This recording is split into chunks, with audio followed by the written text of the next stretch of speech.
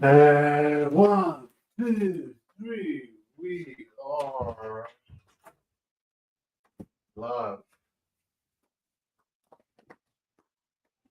Here again. Hope you guys are keeping well. Hope you guys are enjoying your lives. Welcome to another podcast where hopefully I can keep you entertained for long enough to keep you around. It's quite a difficult career podcasting, especially when you're alone, because it's difficult to actually come up with stuff.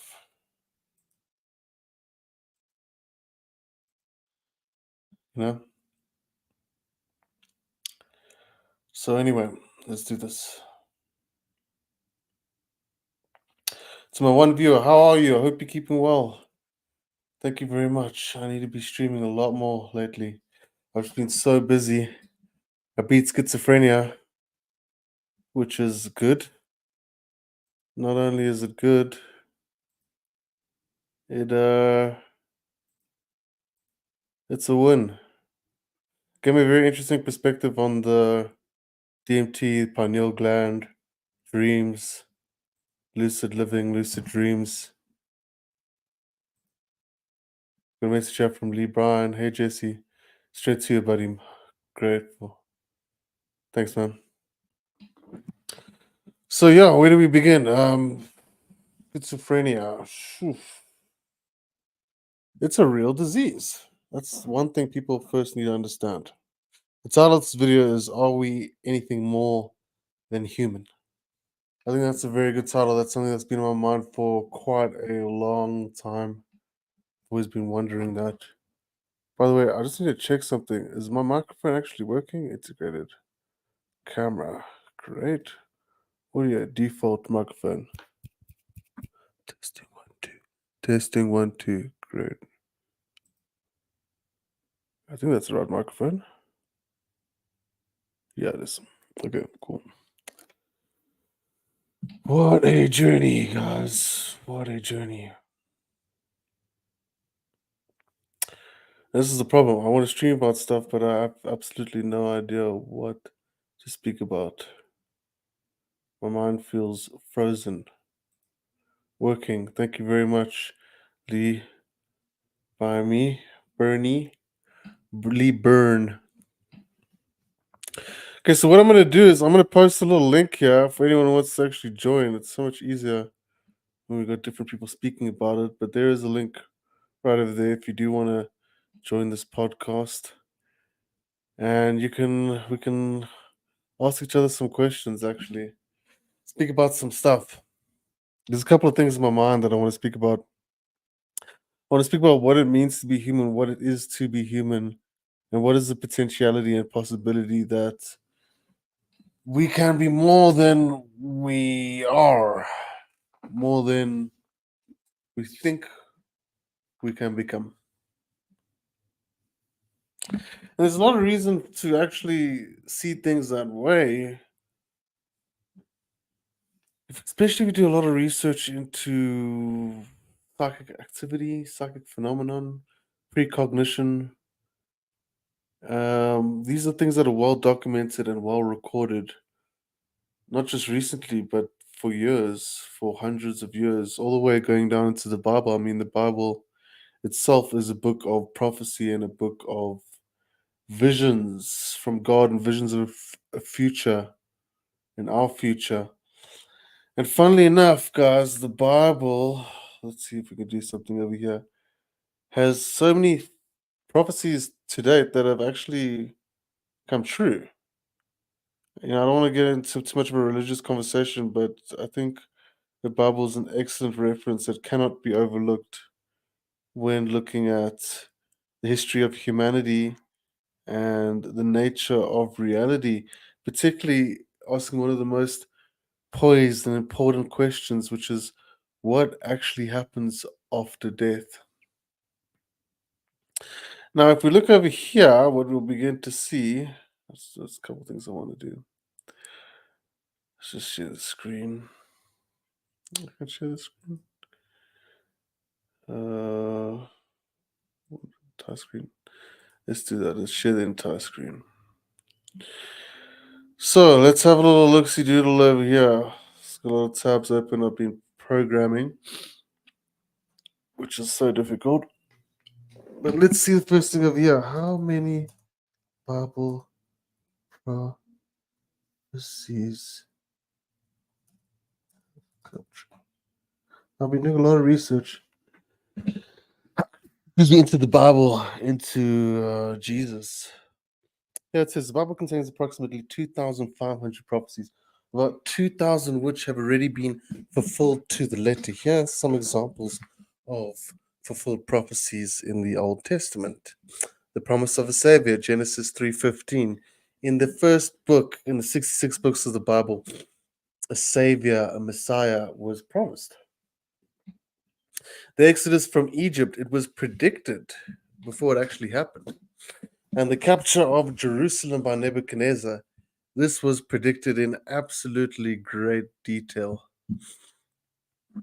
This event, okay, so basically it's starting with the promise of the Savior in Genesis. Okay, Genesis, we start from Adam, we go down to Cain, we go down to Enoch, we go down from Enoch, a couple of different generations to Noah.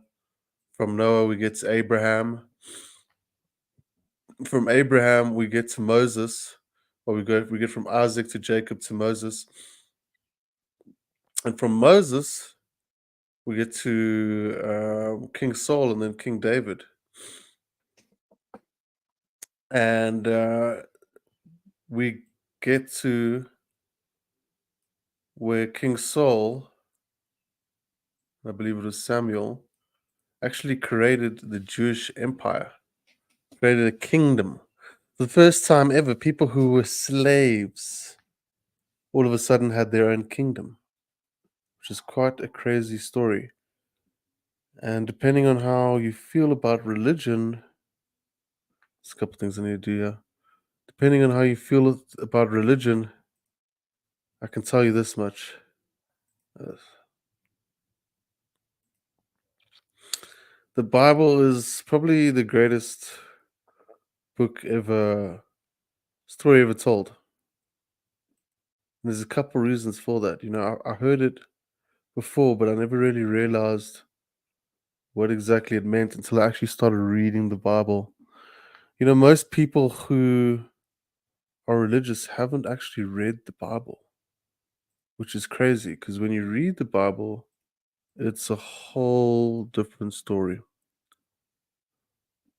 It's completely whole different story. And it starts blowing your mind. Let's see what we can do over here.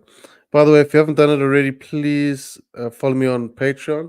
I share a couple of videos that I watch there, some information, and I'm about to start posting more.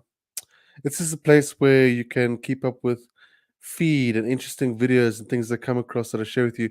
It's a really simple way of supporting for as little as $1. And yeah, that's basically how I get things rolling here. I would like to grow my YouTube channel. Again, last YouTube channel sitting at 40,000 subscribers. This YouTube channel sitting at approximately 600 subscribers. And let me just do something. Click the link if you would like to join. Excuse me.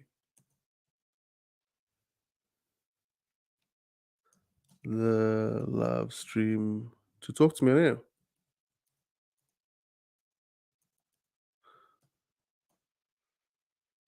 Wow. You know, there's a lot of stuff I want to share with you. There's a lot of stuff I would like to share with you guys. Let's do this. Jesse Perez, Casanova. No, we're not doing that. We're sharing this. Sorry, guys. I'm just sharing this quickly. Patreon. Should have done this before. The impromptu session. Let's talk. Okay. That's done. Let's get into it. So, back to StreamYabs. Hello, we got 2 viewers watching. Hi guys, welcome to my stream. Hope you guys are keeping well. We've got a comment from over here from Lee Byrne. I'm researching how to get out of this place. It feels like a soul trap. I would never have agreed to come here over and over again with all these lessons I so-called learned to be wiped from my mind. I'm so glad you just posed the question like that or posed a statement like that, because I think a lot of people are feeling that way, and I think that that's really something actually important to go ahead and speak about, which is what we're going to be more or less speaking about. Yeah, so I'm going to keep that comment on the side here, and let's get straight into this. Well, let's first address your comments. I think so. I'm researching how to get out of this place that feels like a soul trap. I would never have agreed to come here and over again with all these lessons I so-called learned to be wiped from my mind. So it seems like you're basically referring to reincarnation here. I want to explain to you two things: why I believe reincarnation should not exist and why I believe it does not exist. Number one, it's so counterintuitive for a being to come here with no memory at all. Okay. You've got absolutely zero memory. And you're born as a baby and you wake up and you start growing all these neural pathways, your brain starts developing. From a physiological vessel and the imprints of a soul, you are a absolute, total, complete, clean slate. And you grow up and you live this life on planet Earth, which is a very tough and difficult place to live. We have things like wars, things like famine, things like money, job insecurity, financial instability, the complexity of living in a social contract under a government. These things are a lot of pressures and a lot of points that make our lives here on earth quite difficult and not that fun to live, if we're very honest with ourselves. Human beings look like they are structured socially to have fun, to move around. These are the things that make us healthy. Socialization is extremely healthy for us. Um, but going back to reincarnation would be terrible. Think about how absolutely terrible reincarnation would be. You come here, you learn, you die, you go someplace else, I don't know, and then you choose to come back here, apparently, according to the people that teach reincarnation. And then you lose all your memory, and then you come here, and then you don't know what the hell it is you're doing each and every single time. Reincarnation is a fate worse than, I don't want to say hell, but reincarnation is a pretty bad fate. If you're stuck here in a reincarnation cycle and you're reincarnating from lifetime to lifetime, that's so horrible. It's not only horrible, it's extremely counterintuitive for an intelligent universe to have to recycle its participants and wipe their memory. It makes absolutely zero sense. In the scope of our lifetimes, we live very short lifetimes. If you actually think about it, even if you did live over 100 years, 100 years is still short comparatively. I'm only speaking from the experience of 32 years old. But I think that if you believe in reincarnation, I don't think that's a good thing. This is my personal opinion. I don't think that's a good thing. I think it's cruel to do that to yourself. To think that, have I reincarnated? I think the biggest thing that makes us ask this question is you're born and you grow up and you develop an identity, and then you start wondering who you are. Who are you? Who are you in this world? What is your significance? What is your importance? What makes you special? Because we all want to be special. We all want to feel special. We all want to live a life that is special. How do we do that? We'll get to that. But the point is that I'm very sorry for how you're feeling, Lee. too much evidence of recall of reincarnation for it not to exist. I hear there's a lot of evidence, but I just, these are literally the whole planes. Yeah, I hear you, but I'm gonna have to go ahead and say, if we're reincarnating here, lifetime after lifetime, who does that to somebody? A loving universe, a loving God, a loving creator? That's a really it's an evil thing to do. It's a certain level of evil. If you're gonna make someone live their life and live out as a human, get a job, have a family, get loved ones, and then all of a sudden you die and then you go somewhere and they're like, you need to come back here and you need to get a new family and you need to get a new job and you need to get a new mission. What is your mission? What is your job? How many families do you need? You only need one family. It's extremely counterintuitive. A loving universe would never make you reincarnate. A loving God would never make you reincarnate. If the fundamental basis of unification um, and a singularity is unified consciousness, then that unified consciousness, which is love, which is God, is natural state is loving and of unity and cohesion and synergy and synchronicity. Now, that would be the structural foundation of reality. And for it to throw us into reincarnating lifetimes is evil and cruel. So, why would a loving force of nature and a loving force of consciousness or spirit or loving God that's very ingeniously putting together a universe which is structured on so many dimensions and layers? I mean, we're physiological beings, okay? We're biological beings, biological, because our body is extremely logical. And not only do we have these physical bodies, but these physical bodies are also a bit of a mystery to us as it stands right now. There's lots of mysteries to do with the human mind, the brain, the body, precognitive abilities, psychic abilities, etc. We are, I would say, a very, I don't want to say under researched because there's so much research being put into humans, but there's so little we know. We only know about like 10% of the brain and how it actually operates and functions. We don't even know where the brain stores memory. We know a lot to do with the human body and basic biology and basic neurology. And you combine that with quantum physics, potential subatomic realm, and different frequencies of light and cosmic background radiation and different levels of background radiation that simultaneously exist here. And the fact that the human eye can only not even perceive half a percent of this visible spectrum of light. Therefore, it's 99.5% invisible to us. There's spectrums beyond our comprehension of light, which our human eye doesn't pick up, but I believe that our pineal gland does. But just to wrap up the reincarnation story, I think you should not believe that. I think you should believe this is your first life.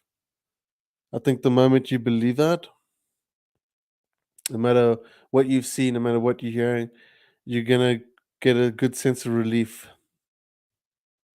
Because if you're stuck in some reincarnation whole paradox timeline, coming back here over and over again, forgetting your memory, it's so counterintuitive. It doesn't make sense. Not even AI works like that. AI, you keep developing it, and it keeps evolving and eventually develops immortal sentience and essentially lives forever. If a human can be that clever to create a robot, uh, to not have to reincarnate, a reincarnating sentient robot with feelings and consciousness, then why would the universe be that cruel? Why would an extremely intelligent universe or extremely intelligent God be so cruel to have you trapped here, coming back life after life? It's counterintuitive. It doesn't make any sense. It's circular reasoning. And whenever I encounter any sense of circular reasoning, I just stop, put it aside, and realize it's going nowhere because that's what circular reasoning is. It's when your reasoning just keeps you moving in a circle that goes nowhere, which is essentially what reincarnation sounds like.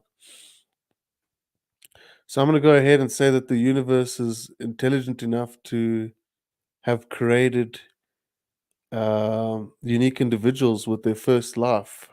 There's so much life and consciousness in that life that you don't need to recycle people to fill the planet's population up with people. It's so counterintuitive. It doesn't make any sense. We're supposed to be immortal beings, immortal souls. What's the point of that if you're reincarnating and your soul's just coming back here and coming back? What is your soul actually learning? Like, how much is there actually to learn?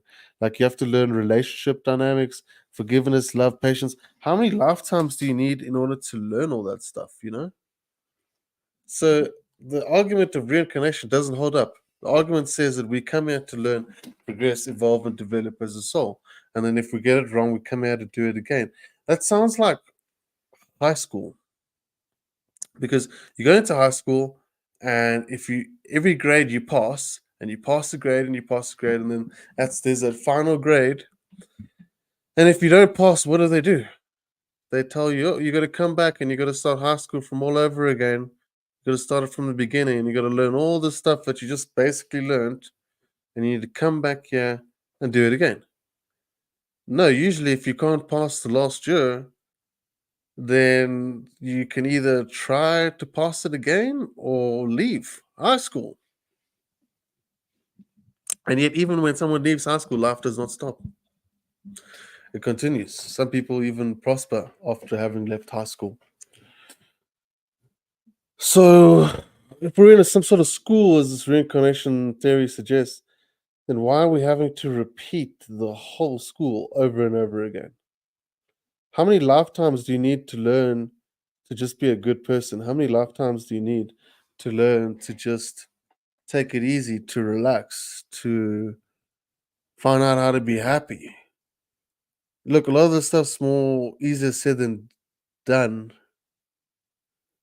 Because the truth is, life is complicated on here on earth, but it can become easy. You know, we can't have this nihilistic, pessimistic perspective towards our own life and all life in general, which is going to tell us that, oh, there's no point and I'm stuck. I can't move anywhere in my life. To have this sense of pessimism and nihilism, it kills you. It takes away what you need, which is sustenance. You need energy, you need fuel to keep moving. You need to have energy. If you're pessimistic and you're depressed, you're low in energy. You don't have energy. You need a rest to get more energy. So just bear this in mind, that whatever perspective you apply towards your reality, your situation, your life, wherever it may stand right now, good in your perspective or bad, we cannot afford to have an extremely nihilistic, pessimistic perspective about life and our life and life in general. We can't, you know, because the moment you start doing that and the moment you start giving up, you start dying, or you start mentally preparing yourself for death. And right now, you're still alive. You shouldn't be preparing yourself for death. You are alive. You're absolutely alive and kicking. So while you're alive, it's a good idea to adopt a positive approach. The power of positivity, you know, it sounds so dumb in so many circumstances and settings. But the truth is, it's absolutely true.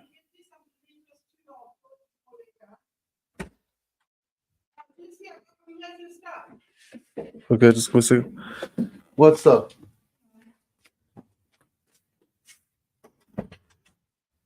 I'm just making a video.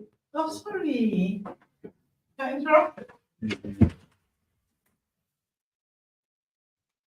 We cannot afford to be nihilists. Too much activity here. I have a dog here. Hello, dog. Here's a little dog. His name's TikTok. What do you want? Look at the camera. Look at the camera. So as I was saying, we cannot afford to have a nihilistic perspective towards our own life and life in general. You can't do that. You need to be extremely positive, extremely optimistic. Not too optimistic, I would say cautiously optimistic, but you need to be an optimist. You need to be positive.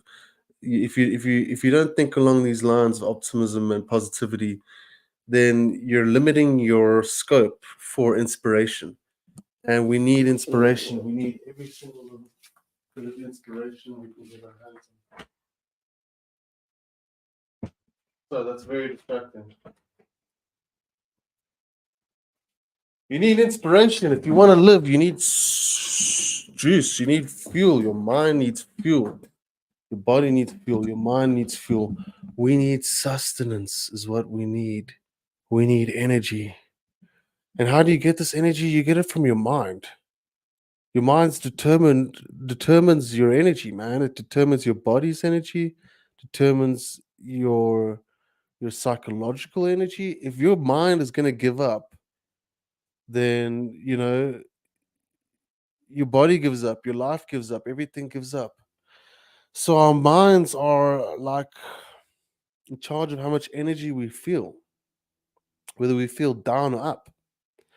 So when I say things like it's extremely important to be as positive and optimistic as possible and curious and I suppose adventurous and inspirational as possible, it's a really, really good idea because you got to inspire yourself most of the time. You got to learn how to inspire yourself. If you can't find inspiration out there in the world, you got to learn how to inspire yourself. How do you do that? Through curiosity, through the power of positive thinking, through optimism. You got to be able to lift yourself up by having faith in things that are good, things that are exciting. And also, as well as that, you have to learn to appreciate your circumstances and settings for what it is that they are. It's so important. The brain also needs that in order to be able to produce more energy, in order to be able to produce the fuel you need to keep going. Because you're still alive. For as long as you're still alive, my advice is no matter how old you are, you should explore. You should learn new things. You should try new things. You should try express yourself, have a voice. Just try stuff that makes you happy or that you think would make you happy.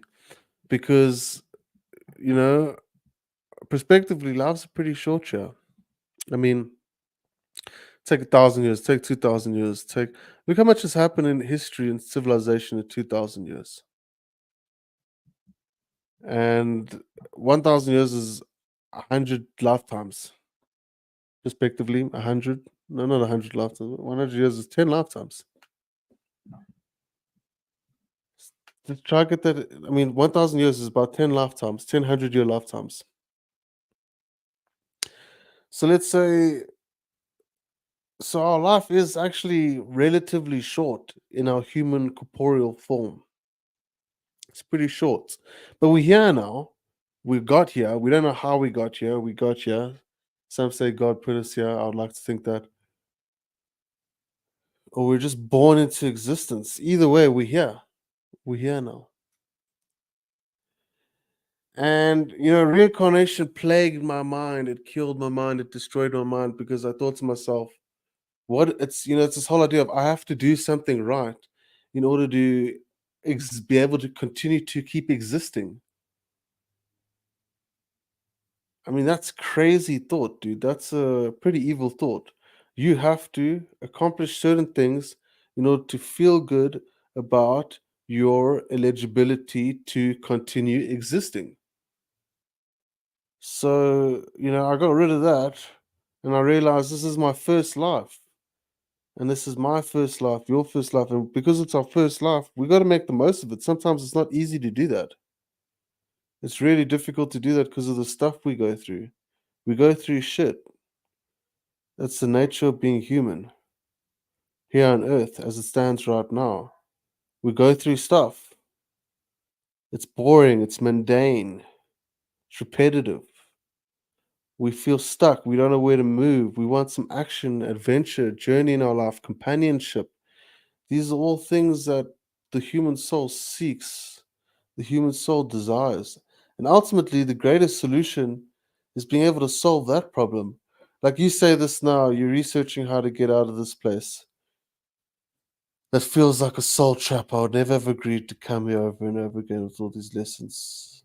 Okay, so you say that now, but what if you were with me and a whole bunch of amazing people and we were on some incredibly amazing place having the best time ever? You wouldn't feel like that then. And whatever you're feeling now, if you're feeling that, it's transitory, it's momentary. But I think it's because we seek entertainment, we seek pleasure. We want to experience things with people. We want to socialize, we want to connect, we want to exist, we want to coexist. As long as the soul has all of this,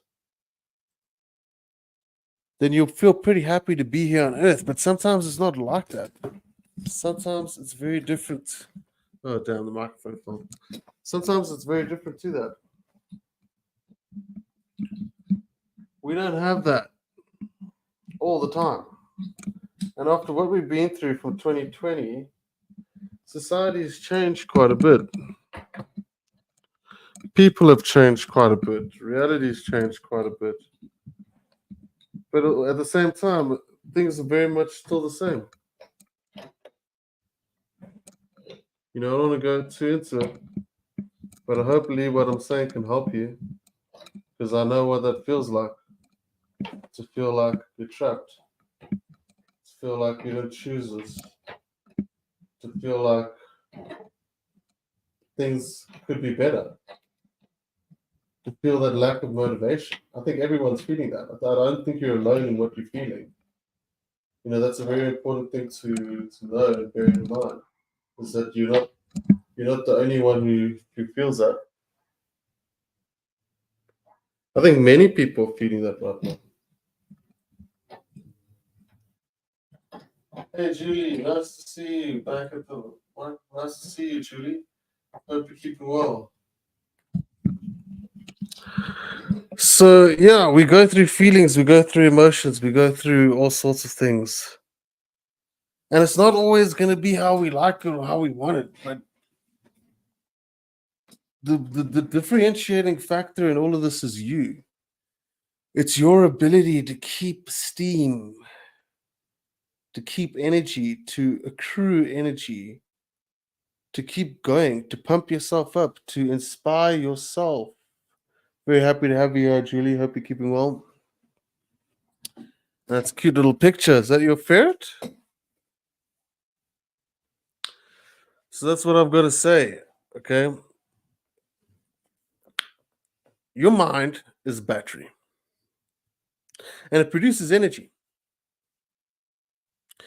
And your beliefs and your thoughts are going to determine whether you have high energy or low energy. Most important in life is to get back up no matter what. And I'm so glad you said that, Julie, because I think there's something I really wanted to be able to speak about, which was ultimately the book of Job. And in the book of Job, it's a story of a guy that lost everything. He lost absolutely everything. Job lost his children, he lost his house, he lost his cattle, he lost his business, he lost everything. And to top it all off, he got boils, he got sores, to the point where he sat in silence for 7 days. Didn't speak a word to anybody. And he spoke and he spoke and he spoke and he wrote.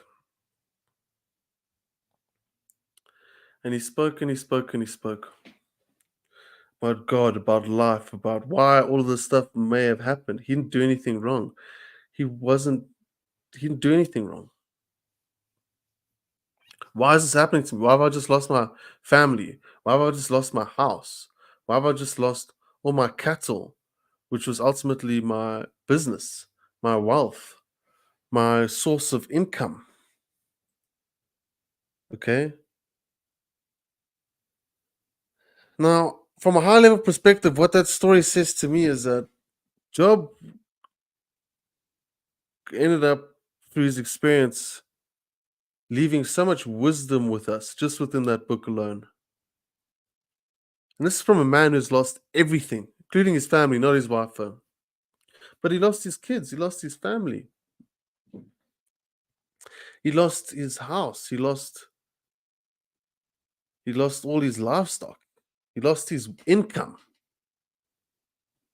and he was feeling left for dead. Didn't know where to turn, didn't know what to do. His wife even said, "Curse God and die." This is a man that lost everything. We want to speak about karma. Job had no karma. Job was a righteous man. Job was a good man. There's nothing that Job actually did wrong. Okay. But something bad happened to a good person. And at the end of the day, guys, after all of that, and after Job actually spoke to God, and after the friends of Job who were first accusing him heard God as well in the storm, in the clouds, Job was given another chance to continue. And in that chance landed him up having more beautiful children, more beautiful kids, and a business and wealth which was twofold more than what it was. It was increased. Everything that had been taken away from him had been given to him and more, including an additional 140 years of life, according to my research. So just think about that for a second. Sometimes we've lost things, we feel lost, or we feel like we've got nowhere to turn. And we don't feel any motivation, we don't feel any mental energy, we feel nothing. And we feel pessimistic and we feel drained, depressed. And we just don't have any faith in the fact that we can once get back to that place where we were happy, where we felt confident about ourselves, confident about our lives. You see, when Job went through losing everything, he was not confident about his life. He's not confident about his future, although he didn't even speak about his future. It was the last thing on his mind. What is on his mind is what he lost, and he lost a lot. So that book of Job is such an important book because it almost reminds me of Steve Jobs, Bible Jobs, and Steve Jobs. Steve Jobs created a company. He got locked out of his own company that he had started and was ultimately responsible for the success of. And they ended up hiring him again, and he ended up commandeering, capturing the company, and steering it towards success. That's a man that lost everything. Steve Jobs lost everything he was working on. He lost it all. And what did God do? God gave him that and more. Gave him double that when he came back to work for Apple. After they kicked him out of his own company. I mean, that's a modern day story of the book of Job. It's funny that the guy's name's Steve Jobs. And it's funny that the phone is an iPhone with a bitten apple, forbidden fruit of knowledge of good and evil. And it's just funny, but great to see such amazing and beautiful stories of people who lose it all and get it back. Job is a perfect story of that. Job from the Bible, dude. I mean, he lost all his cattle, bro. That was his wealth. That was a form of his wealth. and he gained twice, if not three times back, after he'd gone through that extremely terrible ordeal of losing everyone, including all his family members except his wife and some other servants he had. So, what is the point of the story? What is the moral of the story? What is the moral of that book? The moral of the book is, for me, that no matter what you've been through, and we've all been through some tough, difficult stuff that makes us feel as though we've lost everything or we have nothing, that's just a chapter of your story. Because if you go into the beginning of the book of Job, the first chapters are him losing everything. Then the rest of the chapters, him dwelling on it, speaking about it, until eventually, in the end, Job's life was restored. His boils went away, his sores on his heads went away. He had more children, new beautiful daughter,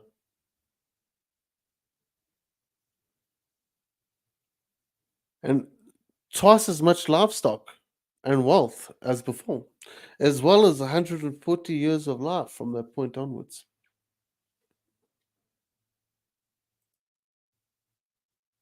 Grand nowness, brother.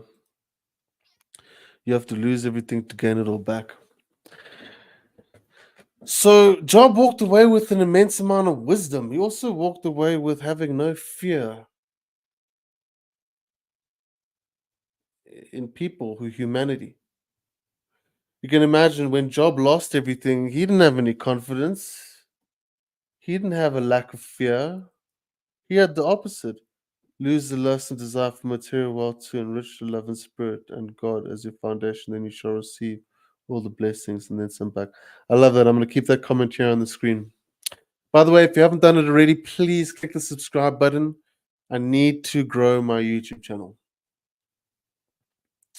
It's an absolute must. And if you can, please support me on Patreon. I'd really, really appreciate that. I'll put a link in the description below. And if you don't see one now, check a bit later. I'll put it on there. So as I was saying, guys, and I love what Godhard Guardians just said, lose the lust and desire for material wealth to enrich the love for spirit, and God as your foundation, then you shall receive all the blessings and then some back again. How beautiful is that? So absolutely beautiful and so absolutely true. So we go back to the story of Job. It's a powerful story, guys. You can't overlook it, whether you're religious or not. That story is important. It's extremely important because it relates to stuff we go through and experience here on earth. It's extremely relative. Fortunately, a lot of people don't have to go through what Job went through, which is losing your family. I mean, losing your kids, dude, that's pretty sad. Losing everything. It's sad. And I experienced the same thing. Maybe that's why I spent so much time reading the book of Job over and over and over and over and over again, listening to it. And you learn more and more and more as time progresses and things change when you read these books. And we just got a message from Luis Wilcox over here saying, hello everyone, sending lots of love. Good to see you, Jesse, my friend. Good to see you too. I'm very glad you're keeping well. I am going to say this out now, grow a YouTube channel while I keep doing this work in the background. I'm doing a lot of work in the background. I don't know if I can show you. It's just a lot of work trying to make a vision happen after having lost everything. But I haven't lost everything. I still have my family. I still have a house. I still have. That's all I need, actually. I've lost friends. I've lost money. I've lost a YouTube channel. I've lost progress with certain things. I lost so much stuff. I lost my mind. And when I lost my mind, it felt like I lost everything. Like I was done. There was no coming out of that. Absolutely. Am I still sharing? Oh, this is still sharing. Yeah. So as you can see, I'm just what I'm planning on doing is doing my work in the background and basically doing YouTube as much as possible. I've had to recover my mind, really, and I've had to beat schizophrenia, which I've just done. And you know what's crazy about that? Because I went through extreme episodes and I thought I was done. I was doomed. There was nowhere for me to go. My life was over. Nowhere to go. I lost my mind. I started hearing the most evil, loud voices ever, extremely intelligent, speaking to me on their own volition, disembodied voices.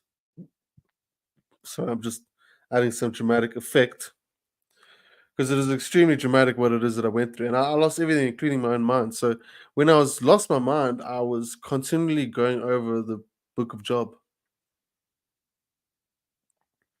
I lost my mind. I lost everything, man. I lost everything. I was stuck, stagnant for so long, for 2 years or something. And it got bad last year. And I prayed. I prayed for the schizophrenia to go away because that was evil. I don't know if I was speaking to demons or speaking to voices in my head. That was the biggest problem. These beings were extremely funny, extremely comical, but a lot of times very evil.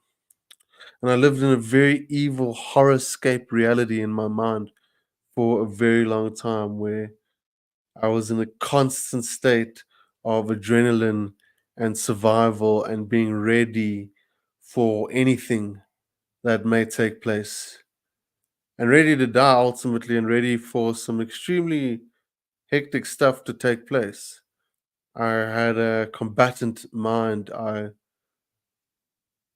can't explain what I even went through. I was just in a state of survival and I was ready to do a lot in order to survive. And it was a supernatural experience, but it was a supernatural schizophrenic experience. And it was, I'm not gonna lie, the last 3 years, probably the best 3 years of my life while going through all of that. That's the craziest part. We're going through hell. I'm saying now that going through hell was the best, some of the best times of my life. Can you believe it? It was the most mystical, most living on the farm, which I will go back to once I'm of a better mind. I'm healing still. You can see me coming back here on YouTube, starting on my old projects again, picking up where I left off. I lost my mind. I don't know what else to tell you. I couldn't do anything. I couldn't work. I couldn't do anything. But the one good thing I can say is that although the last 3 years were quite terrible, they were so exciting. Going through hell like that in the supernatural farm, that farm is like something magical about that place, man.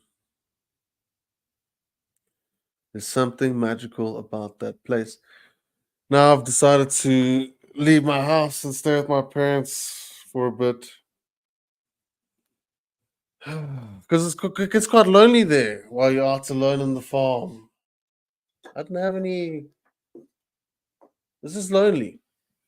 Next time, maybe I'll go with some friends, my cousin or something, and I stick it out there. But that place is so mystical and so magical. You know, if I'm going to give good advice to anyone, go somewhere rural, be amongst trees, be by the wind, and watch the magic happen.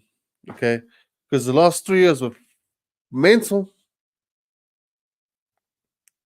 to the point that I lost my mind. I literally lost my mind. But the one good takeaway I can say is that those were the most exciting years of my life, which is quite crazy actually looking back.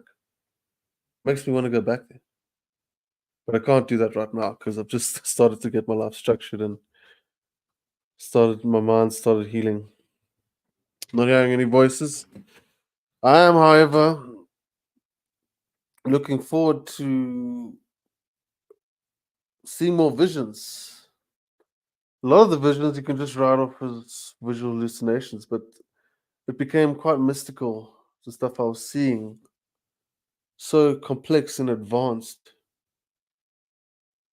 I mean, call it a visual hallucination or not, whatever you want to call it, but I was seeing some extremely sophisticated stuff shown to me through my own mind while this voice is talking to me. Jesse!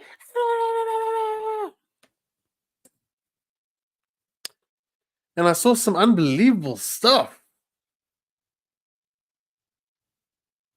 That's good inspiration for me. I mean, some seriously mystical, strange stuff happened, man. That made me question reality. And I questioned reality like you can't believe until the point that it broke my mind. Me questioning reality and trying to calculate all of these variables broke my mind because of the stuff that was happening to me. Every day, a new variable. I don't know what was going on. Like, for instance, let me give you a strange idea. On that property I was in, there's a total of 4 cars. 3 of those cars had number plates. Those number plates, the first car's number plate added to 18, the second car's number plate added to 36, and then the third car's number plate, it's 27, and the third car's number plate added up to 36. So 18, 27, 36. So if you added all the numbers of the number plate, you would get 18 on the first card. Was a City Gold, a VW. The second car, I can't remember, it was some Polo SUV. They added all the numbers, it added up to 27. Another car, Fortuna, with the number plate Zen 9999, 36. 18, 1 plus 8, 9. 27, 2 plus 7, 9. 36, 3 plus 6, 9. But all up in orders of magnitude from 18 to 27 to 36. Okay? That's one thing. Just strange stuff happening all the time. Extremely coincidental, synchronous stuff constantly happening. You thinking a thought, and people are speaking about your thoughts. Or having a conversation relative to something you're thinking about constantly all the time. So I experienced a lot of strange, mystical, and magical stuff, but it also resulted in prolonged psychosis, and ultimately I developed schizophrenia after 2 years of that.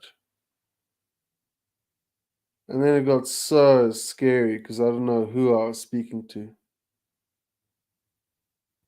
Because this voice was intelligent and the stuff I was being shown, I eventually figured it out. It was a byproduct of my subconscious imagination, which blows my mind that your subconscious mind can create a character with its own voice and accents and different multiple personalities. And then, whew, geez, our minds are a lot more powerful than we are aware of, which is why the title of this video, Are We Anything More Than Human? What it means to be human as we currently understand it today. 5 total viewers. Thank you so much for tuning in. I'm so glad to have you guys here. If you haven't done it already, please do me a favor. Please click the subscribe button. We got a comment here from God. I'm others. Sure would be interested in you perhaps presenting the healing steps you have taken. Absolutely, and I'm very glad to have you guys here in this fashion, proposing these questions and statements, because it really helps make this whole process a whole lot easier. And I have absolutely no problem doing that. There's a lot of steps I had to take for healing. First of all, I needed to understand what I believed about reality. I needed to confirm what was my belief about reality. Like, for instance, this is why I've kept this comment here. Lee Burns says, I'm researching how to get out of this place that feels like a soul trap. That keyword, that feels like a soul trap.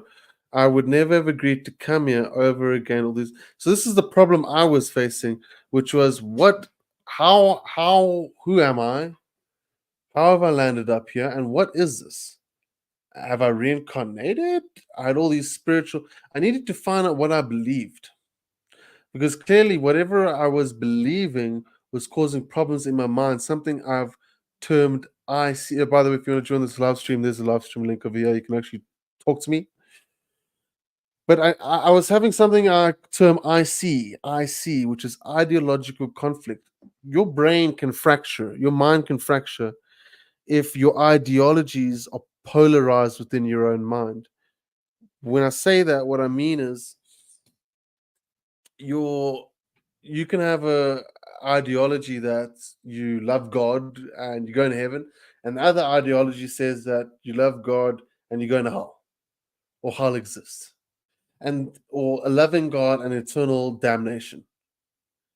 See these two things? They're ideologically juxtaposed to one another. Loving God, eternal hellfire. These two things don't mix. You don't get a loving God and eternal punishment. Eternity is long. Eternity doesn't end. There's eternal punishment is extremely evil. No matter how you look at it, I'm just gonna go straight down the line. But eternal punishment is evil. It doesn't matter how you look at it. There's no loving God in their right mind that would go ahead and create an eternal hellscape for you to be tortured and tormented for the rest of eternity, which never ends. A human life, if you're lucky, you live 100 years. Feels long, but in the scope of time is very, very, very, very minuscule. That 100 years can turn into 1,000.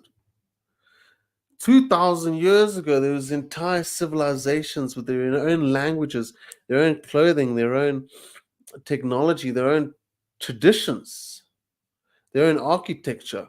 2,000 years later, approximately 20 lifetimes, or a bit more, 20 lifetimes sounds short. See, even 2,000 years doesn't sound that long. Eventually, right?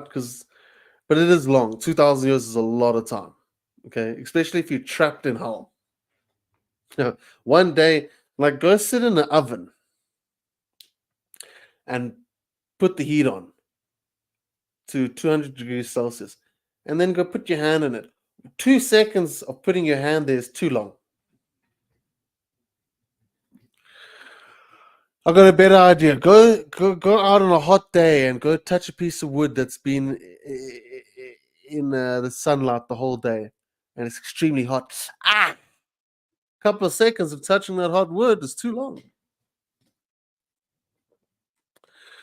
So how can a mind fracture? A mind can fracture when you have an ideological conflict.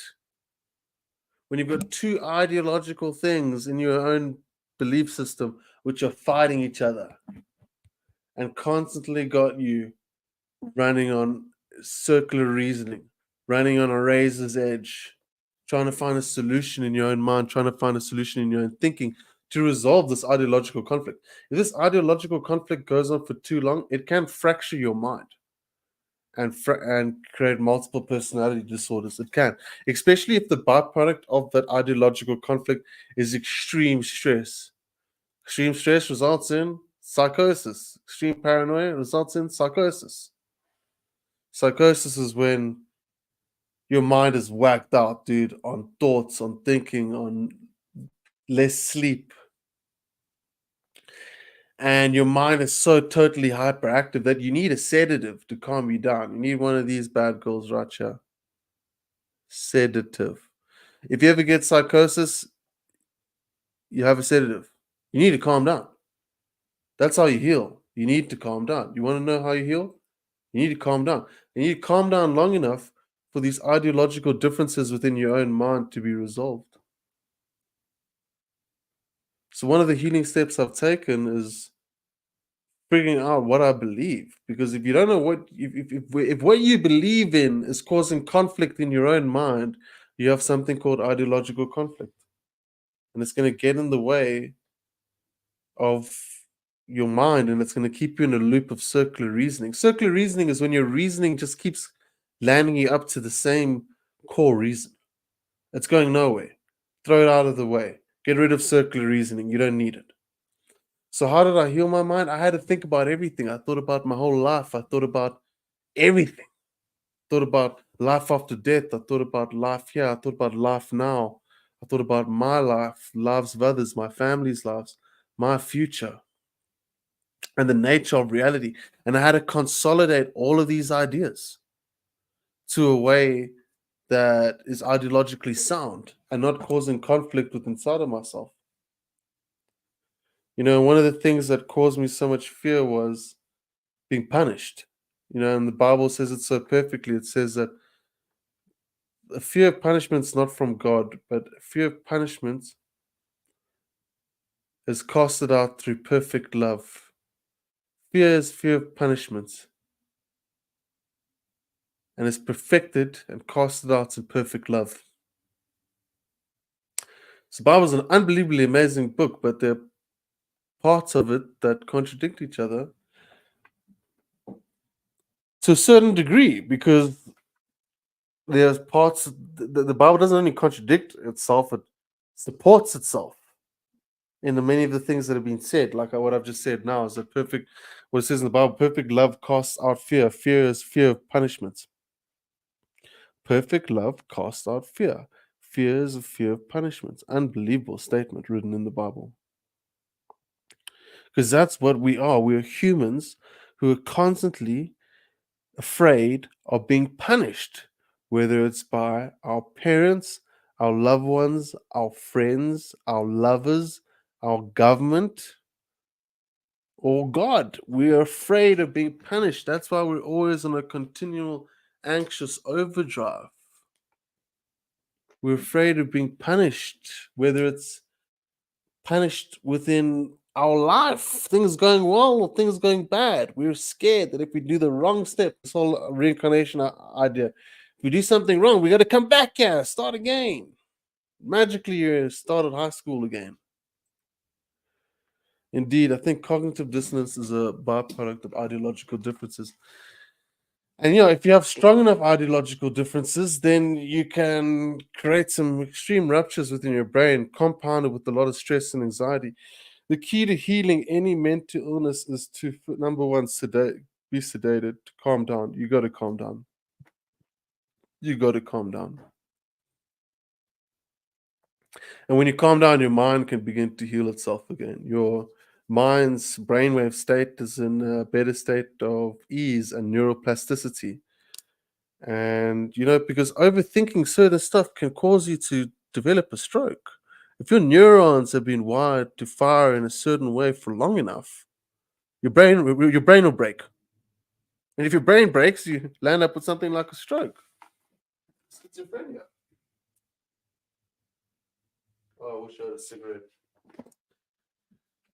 Your brain lands up with a stroke or schizophrenia if your brain doesn't fire well enough, if these neurons break. So we can break our own mind, but you can also fix your own mind. You can't only break your own mind, you can fix your own mind. Amazing. Quite amazing to know that at least we can't only break our mind, but we can also fix our mind. Our minds are very powerful. They're so powerful, they have the ability to give us a stroke. They have the ability to give us a heart attack.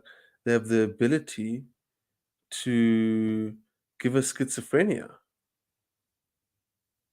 I mean, I don't know if that's powerful good or bad. It's powerful bad, but that's how powerful your mind is. When we look at it, Jesse, look into methylene blue for additional mind healing supplements. Very powerful. Thank you very much. That's a great recommendation. I'm going to read it again. Jesse, look into methylene blue for an additional mind healing supplement. Mommy, if you're watching this, please write that down. It's worth trying stuff. Absolutely. Thank you very much for that great recommendation. So the mind's powerful. The mind can break. You can break your own mind. You can give yourself a heart attack. If your mind is in constant fear and anxiety because of your ideological composition, your belief-based system in your mind, which is what an ideological composition is, your mind can destroy itself. Your thinking, your overthinking can kill you. Overthinking can kill you, especially thinking about the wrong stuff and never learning how to relax and take it easy and be happy. It's an art form. I won't lie to you, learning how to be happy is an art form no matter what you're going through, which is why I started off this podcast with the Book of Job. Because the Book of Job is a story of a guy who lost everything. He lost all his family, he lost his business, he lost everything. And he didn't even think he had a future. He wasn't even concerned about the future. He didn't even speak about the future. And at the end of it all, his future, that just turned out to be a chapter in his story. And many chapters missing from Job's life because after all of that happened, he lived for an additional 140 years or something, according to the Bible. But the guy carried on living. And he lived better than he ever lived before, which is a great story, to show how the dude, like, I'm lucky. I didn't lose my family. I have my family's here. I didn't lose any children. I didn't lose a house because a storm came and blew it away. I didn't get boils and sores. I got a couple bad things happened to me. I got arrested a couple times, landed up with schizophrenia, lost all my money. And I was in such a low place, dude.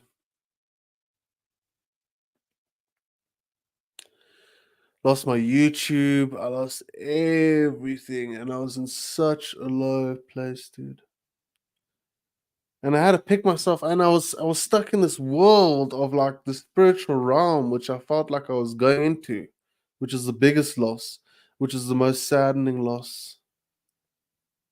Is I felt like I was entering this realm of a new reality.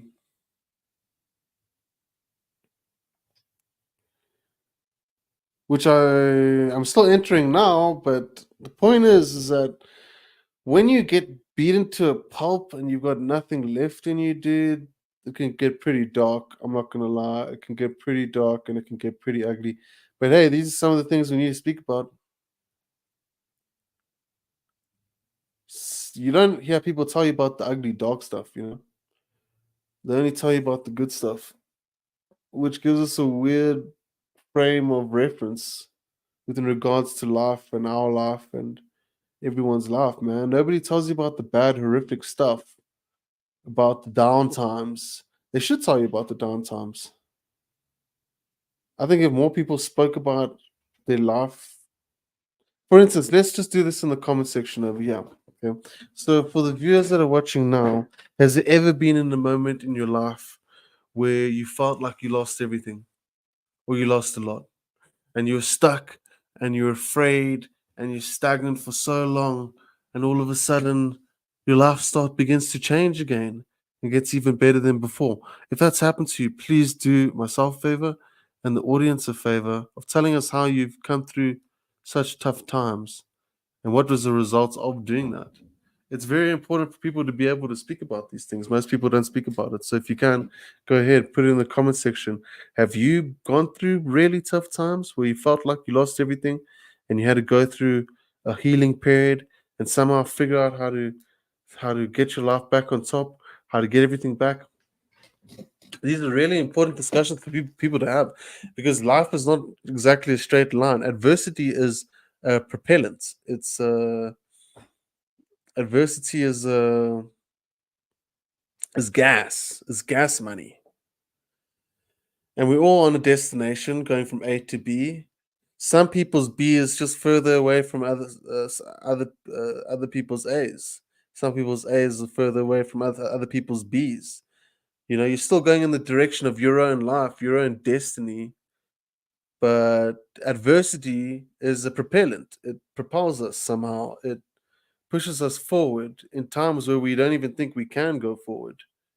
In times where if you lose all willpower, you lose everything. If you lose your willpower to keep moving forward, to keep trying, to keep going, you lose everything. You might as well throw in the towel and throw up a flag and just stop. I'm not prepared to do that, and I would never give anyone advice to do that. I'd say keep moving, keep going, keep doing. Hey, good day. Haven't seen you in a while. Happy to see you again. Tiffany Harmon, so lovely to see you. I hope you're keeping well. Thank you so much. If you haven't done it already, click the subscribe button.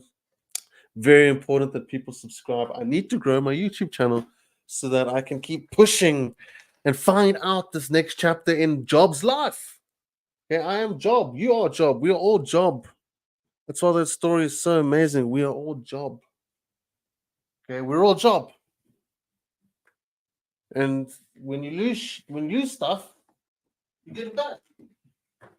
It may not seem so obvious how things can just get better. It may not seem so obvious how our lives can turn around, but they can, and there's so many stories of this happening. There's so many stories of this happening, guys.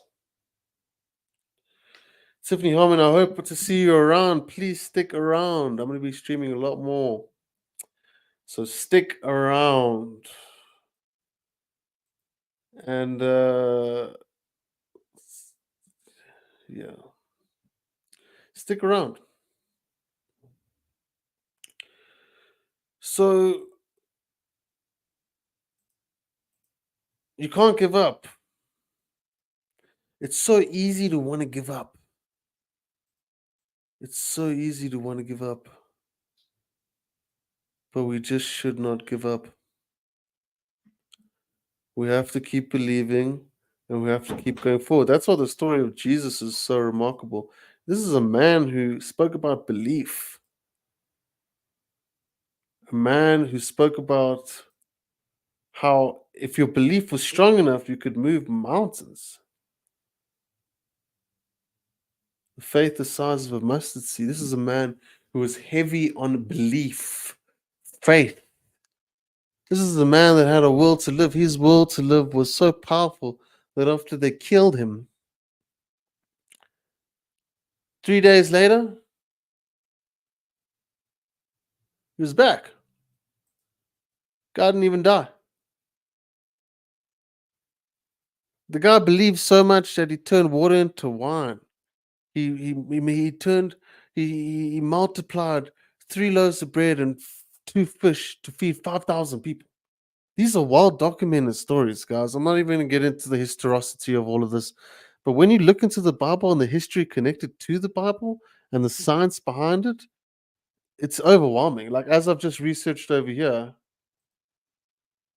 it's really, really overwhelming. The Bible contains approximately 2,000 prophecies and about 2,000 which have already been fulfilled to the letter. Here are some of the examples of fulfilled prophecies in the Old Testament.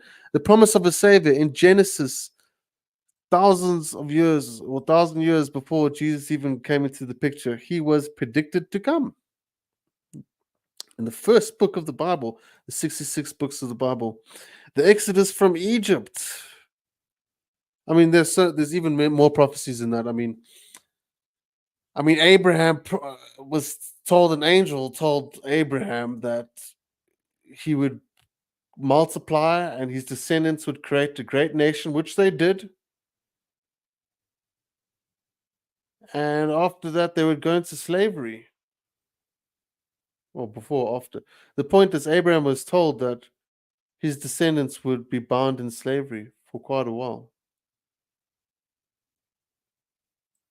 The Bible's a crazy story, guys. If you actually read the Bible, it's a freaking crazy story. I need it. Sorry, just give me a second. It's a crazy story. And I know a lot of people turn off when you start mentioning the Bible. But let's just actually start going into some of the stuff right now. Okay. The birth of Christ in Bethlehem, the return of the Jews to their homeland. I mean, it's insane. The Bible is full of, it's a precognitive book. It's full of prophecies that have been fulfilled. 2,000 have been fulfilled to the letter. Bible prophecy, 13 Bible prophecies. Prophecies of Babylon, Nineveh, Tyre, and Edom. Babylon will rule over Judah for 70 years. Okay, this was prophesied long before this even happened. And what happened? Babylon ruled over Judah for 70 years. 70 years. The Jews were brought back into captivity. Their last remaining king had been kidnapped. The first king was King Saul. And when this happened, that is the last king of Israel. And was this is before Jesus got you, obviously, because the last king of Israel happened before. Like, this is how crazy the Bible story is. It's an insane book. Okay. Noah, who's a descendant of Adam,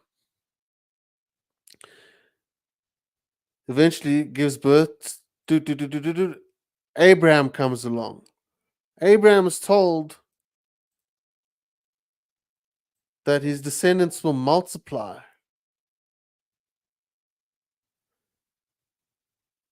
Abraham's descendants, from Abraham to Isaac, from Isaac to Jacob and Esau, from Jacob to Joshua, from Joshua to Moses, from Moses to Joshua, from Joshua to King Saul to King David, and then the rest of the kings that came after that, to the point. I mean, this is how crazy the Bible story is. Abraham came along. Okay, I'm just going to speak about the Bible for a while, okay, because it's really interesting. But Abraham came along, and an angel came and told Abraham, listen, dude, you're going to have a lot of kids one day, and these kids are yours. They're going to multiply like the seeds of the sand, and they're going to own a great nation. That happened. That actually happened. What that angel told Abraham is exactly what happened. And then from Abraham, we get Isaac, who is the same kid, the same guy who was supposed to be sacrificed on top of a mountain, is the same guy that gave birth to Jacob and Esau. And Jacob, his family were the 12 tribes of Jacob, the 12 tribes of Jerusalem. Because he had 12 kids, right? Joshua, Levi. And one of those kids, was it Joshua or I forget the name, became a slave and actually landed Abraham's descendants into slaves. It's such a crazy story. One day we're going to have to go over this properly, but this story is insane. It's a really, really, really crazy story. The Bible is a seriously crazy, crazy story because it's a genealogical timeline, which is why it mentions all of these names over and over. There's whole entire titles and chapters of just mentioning this one beget that one beget that one, and that one beget that, because the book keeps track of a genealogical timeline that includes Jesus, by the way. Jesus is part of the genealogical timeline, as he was believed to be a descendant of the tribe of Judah, King David. You know how many things about Jesus were predicted before it happened? They predicted. Just check this out, right? It's. I'm sorry, guys, but the Bible is the most mystical book ever. Once you start doing your research into it, it is extremely mystical. Now check this out. Prophecies that came true about Jesus. There were 47 prophecies about Jesus before he even got here in the Old Testament. Okay, this was. You have to remember, Moses was the one who put together the first 5 books of the Bible, I believe. Genesis, Deuteronomy, Numbers, Judges, and Leviticus. This had to do with the law, particularly the 10 Commandments and the laws within Leviticus, which is a lot of Jewish customary laws, which are actually ultimately kept within that book. So the Old Testament was around a lot longer, for quite a while before Jesus even got here. Okay, so you're talking 1,000 to 500 years. Okay, and what happened, guys, is there were in the Old Testament there were 47 prophecies about Jesus before he even got here.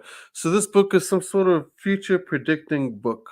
Okay, because as it says, there's over 2,500 prophecies in the Bible, and 2,000 of them have come true to the T.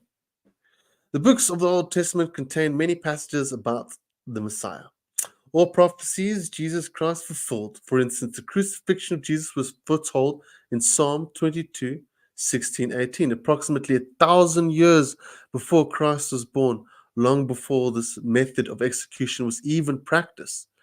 So before they even crucified anyone, it was prophesied that a guy would be crucified before they even started crucifying people. Long before this method of execution was even practiced, after Christ's resurrection, preachers of the New Testament church began to declare officially that Jesus was the Messiah by divine appointment. Let all the house of Israel therefore know for certain that God has made him both Lord and Christ, this Jesus whom you crucified. Okay, that's obviously in the New Testament. But let's go into the Old Testament. And let's get straight back to basics, straight into the grits and glam of it all. So the first prophecy was in Genesis, the first chapter, first book in the Bible. Okay, and it's the second prophecy. We're going to go through all 47. Then Messiah would be born in Bethlehem. Let's zoom this in. Messiah would be born. It's insane. We're going to go through how many of these. Messiah would be born of a woman. So this whole Bible, all the way from Genesis, is foretelling Jesus is coming, which is insane, right? Messiah would be born in Bethlehem. Micah 5.2. That's Old Testament, right? Prophesies that the Messiah would come and that the Messiah would be born in Bethlehem. Isaiah 7:14, Messiah will be born of a virgin. Isaiah, the whole book is dedicated to prophecy. Messiah would come from the line of Abraham. Genesis 12 and Genesis 22:18, going back to the first book in the Bible. Messiah would be a descendant of Isaac. Because remember, Isaac's a descendant of Abraham. Jacob's a descendant of Isaac. Jacob's Isaac's son. Okay? Messiah would be a descendant of Jacob. Numbers 24:17. And Messiah would come from the tribe of Judah. Genesis 49:10.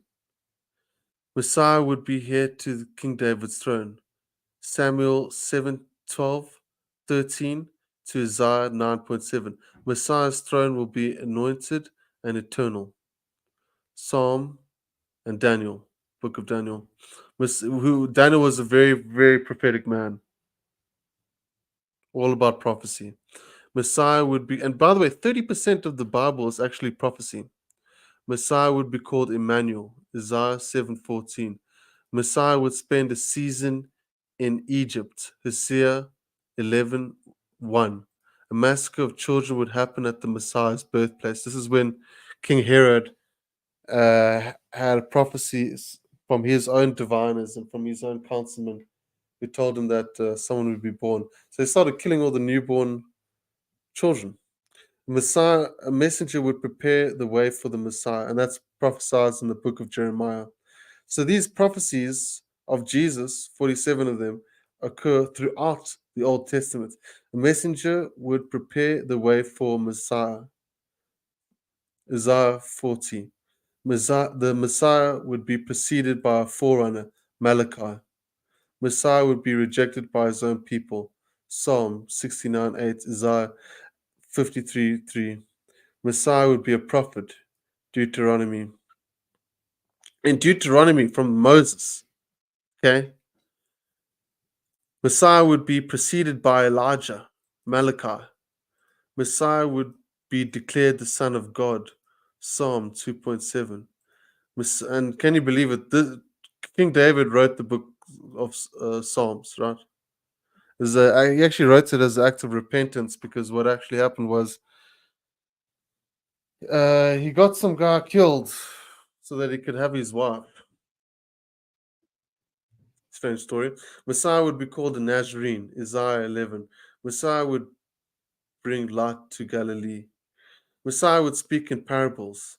Messiah would be sent to, that's Psalms, book of Psalms, Isaiah again. Isaiah is full of future prophecies. It's like one of the most prophetic books in the Bible. Messiah would be sent to heal the brokenhearted. Messiah would be a priest after the order of Melchizedek. Psalm. Messiah would be called king. He was actually called a king. Can you believe it? Messiah would enter Jerusalem, and they actually wanted him to, his following wanted him to become the king. That's why they had to kill him. Messiah would enter Jerusalem on a donkey. Zechariah 11:12. Messiah would be praised by little children. Psalm 8:10. Messiah would be betrayed. Psalm and Zechariah. Messiah's price money would be used to buy a potter's field. Can you believe it? The money that Judas got from ratting out the Messiah was prophesied that he used to buy a plot, was prophesied in the Old Testament 1,000 years before. Messiah would be falsely accused of what? We don't know. Well, they were saying that anyone that calls himself a king is ultimately standing against Rome, is part of Roman law in order to actually do that. Although Pontius Pilate really didn't want to kill the guy. Messiah would be silent before his accusers. Book of Isaiah. Jesus didn't even say a word. Messiah would be spat upon and struck. I mean, who is this speaking about, guys? Messiah would be hated without cause. Messiah, Book of Psalms, Book of Isaiah, Zechariah, Exodus. Messiah would be crucified with criminals. Are you kidding me? Really? This is insane. That's that's prophecy 33. Messiah would be given vinegar to drink. I mean, who is this speaking about? Messiah's hands and feet would be pierced. Book of Psalms, Zechariah. Messiah would be mocked and ridiculed. Psalms. Soldiers would gamble for Messiah's garments. Messiah's bones would not be broken. Exodus, Book of Psalms. I mean, Exodus, all the way to Exodus. Are you kidding me? This is when the slaves were taken out of Egypt before they had even spent their 40 years in the desert and were led by Joshua to take down surrounding towns and villages. Messiah would be forsaken by God. Messiah would pray for his enemies. Soldiers would pierce Messiah's side, Zechariah. Who is this speaking about? Can you believe this? This was prophesied like way before the guy even got you. Messiah would be buried with the rich. What happened? He was put in a tomb because someone felt like being nice to him. Messiah would resurrect from the dead. Are you kidding me? Messiah would ascend into heaven. Messiah would be seated at God's right hand. Messiah would be a sacrifice for sin. Messiah would return a second time. Book of Daniel, Book of Revelation. Okay. Boom, mind blown. That's just Jesus. 47 prophecies of him before he even got you. Let's go to some comments quickly. I think part of the issue is our societal construct. We dark forces don't want you to speak on these topics. It's important to vocalize and shine lights on these issues and experiences. Absolutely, Godheart Guardian. Thank you very much. That's phenomenal advice. Been hella struggle for months. Everything seems overwhelming and impossible to laugh out loud, but trying to power through. I believe we all feel a bit of that, Tiffany. And I believe you'll get through it. I absolutely believe that you shall get through it, and we all will. I think we go through these emotions all together in some ways. Tiffany, keep going. Don't be afraid to speak on it and ask for help. Healing is around the corner. I just watched a video on Aesthetic Origins of Music, how harp was played to kill King Saul's depression, music and frequency, grade 8. Yes, and potential schizophrenia, or what was called evil spirits from the Lord, who King David actually used to play the harp for him when he was still a shepherd boy. Can you believe it? King David played the harp for King Saul. Before he was a king, obviously, King David had no idea. I mean, King Saul had no idea King David was anointed. Well, was it Samuel? King David had no idea. Even King David was prophesied. There's so many. Check us out. Okay. So, I mean, that's just Jesus, right? I hope this thing's not falling. Give me a second. No, give me a second. Sorry, guys. My mic. This table doesn't have a good mount. I mean, a good place to mount this microphone onto it. So it's a bit annoying. It's really annoying, actually. I need to make a plan. I need to get some sort of like thing and help me out here. I think that's good. Okay. Oh.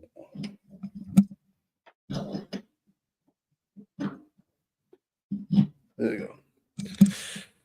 Okay, so let's. I mean, that's. Can you believe it? It just blows my mind.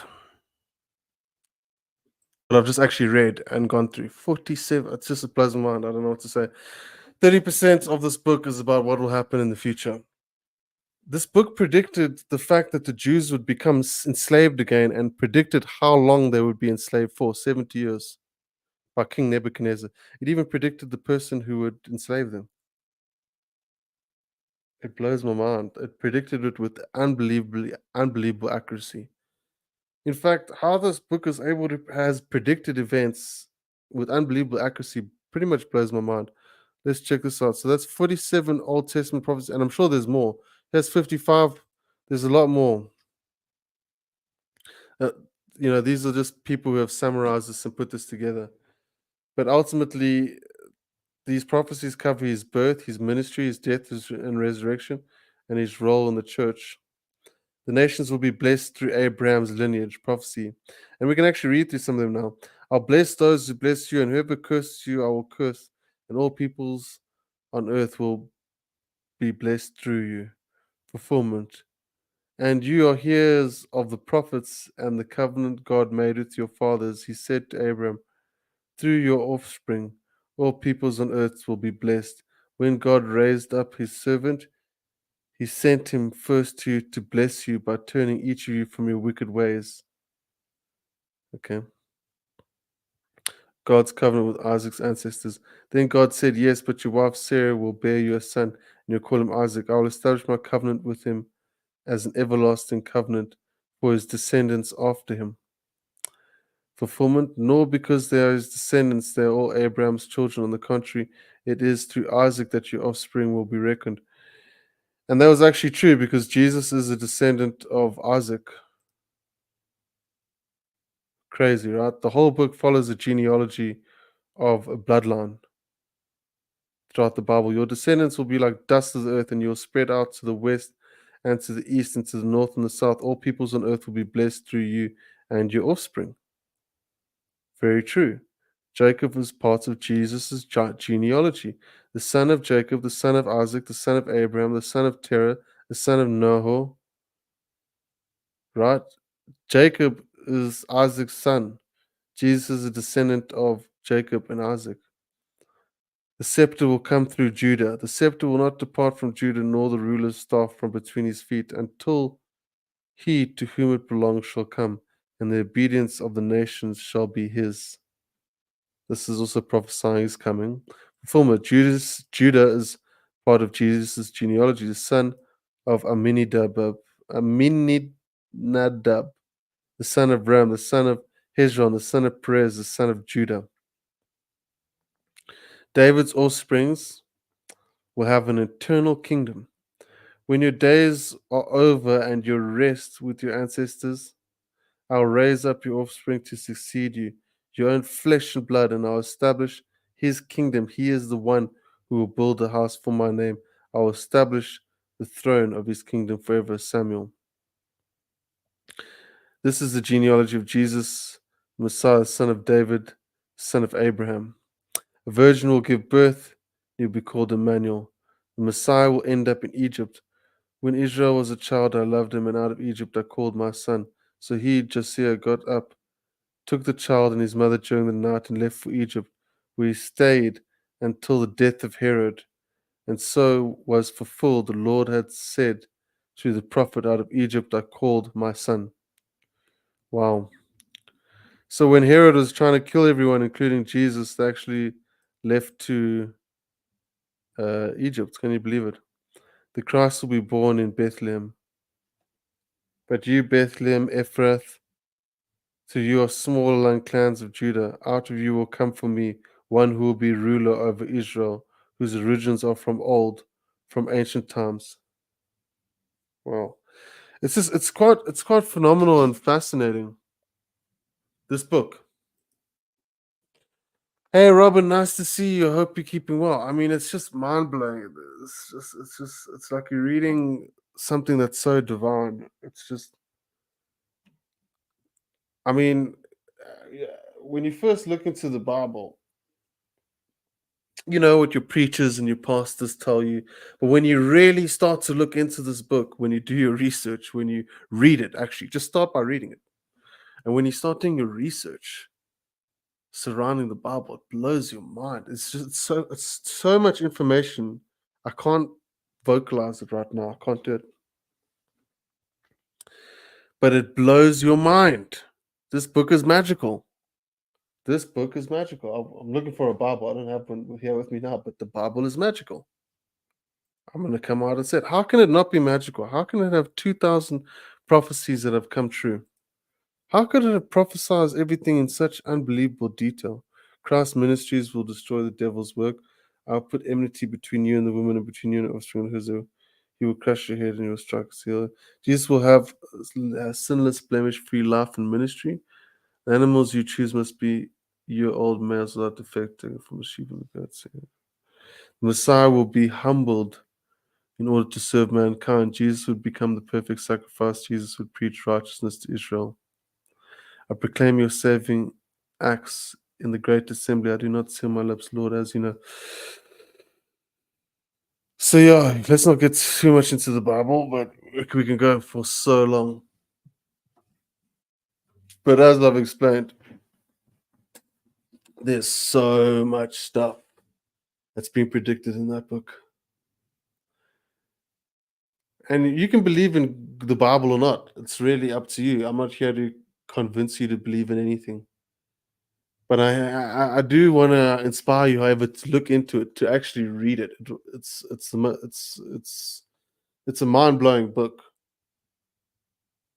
because it starts with Adam, then it comes down to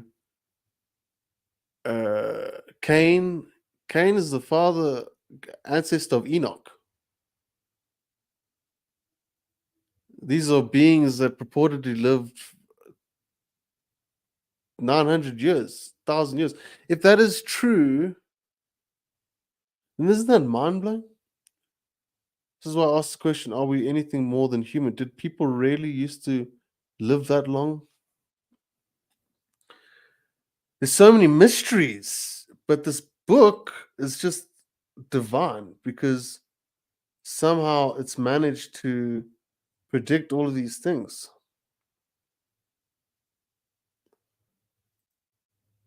And so many predictions which have come true like you cannot believe. How many minutes are we running in here? We hour 38 minutes. It's just an unbelievable. It just blows my mind, man, and I can't help it but think it's true. I've gone through so much doubt, but the issue and the problem is the more I keep reading about this Bible and the more facts and history and there's so much evidence around it, it's it's really a perplexing book. It's so mind blowing. It's so completely, totally mind blowing. And that gives me a good feeling. it makes me feel like reality is a lot more magical than we think it may be. Reality is a lot more divine than we think it may be. Hope you're still here, Tiffany. Hope you're keeping well. Thank you, Robin, so much for being here. Goddard Guardian, you guys are amazing. I love you guys so much, and I'm so grateful. Whoa, what the heck happened, man? That's cool. Oh, wow, would you look at that? I just figured out some new stuff with the streaming software.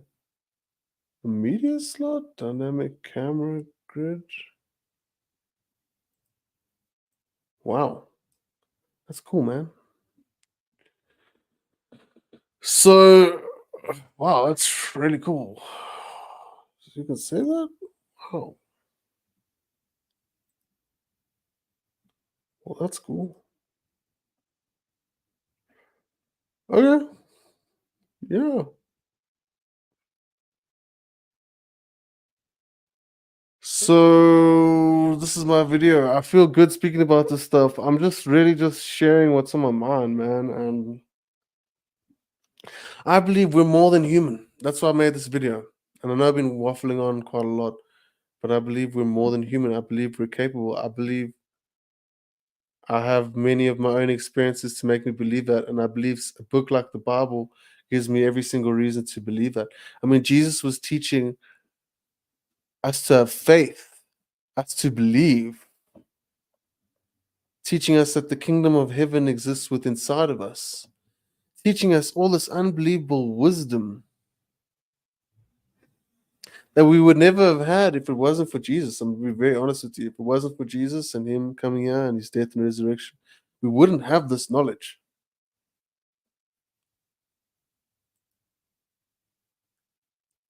of belief,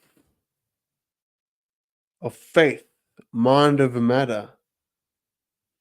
I mean, I'm not going to lie to you guys. I would love to be like Jesus. I'd love to walk on water. I'd love to do magic because the stuff that he did was magical. And he makes me believe in magic. Jesus makes me believe in magic. He makes me believe magic is possible. That's what he does. I know a lot of people, I know Jesus is a polarizing entity, a polarizing image. But damn, man, you gotta come on, guys. Really? Let's look at the Shroud of Turin, for example. This is I mean, guys, the Lost Dead Sea Scrolls. It's just there's so much evidence. So Shroud of Turin, here it is here. So they did everything on this. They have studied this thing extensively. And they found piercings on the hands, piercing on the feet, certain chemical that comes with that. And this is carbon dated 2,000 years ago, at the time Jesus was alive.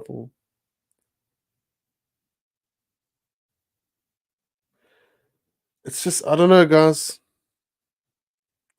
I need to put together like a presentation to go through some of this information because there's so much information. There's just so much information.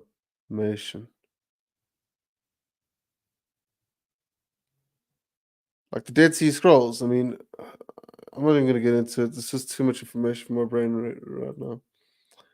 If you only read the red letters in the Bible, you realize no one teaches you His word. And that's the thing. His word was like, okay, let's go through Jesus for a second, guys. Let's actually just go through what he was teaching. Okay. Turn the other cheek. Number one. If somebody should test you, if somebody should taunt you, if somebody should try and make themselves your enemy, you should turn the other cheek. And this is the crazy part about what he did. He practiced what he preached. I mean, they wanted to crucify him and blamed him of all of this horrible stuff. And he didn't even lose the plot. He just accepted it, turned the other cheek, He said, if somebody is to take your shirt from you, give them your coat too. He says that if you should not only forgive your enemies, but you should bless them too. I mean, damn. I don't know what to say. There's so many of his teachings which are just so profound. I don't know. My brain is just not processing enough information right now to actually tell you how it is. But let's actually go through it real quickly since my brain can't do it.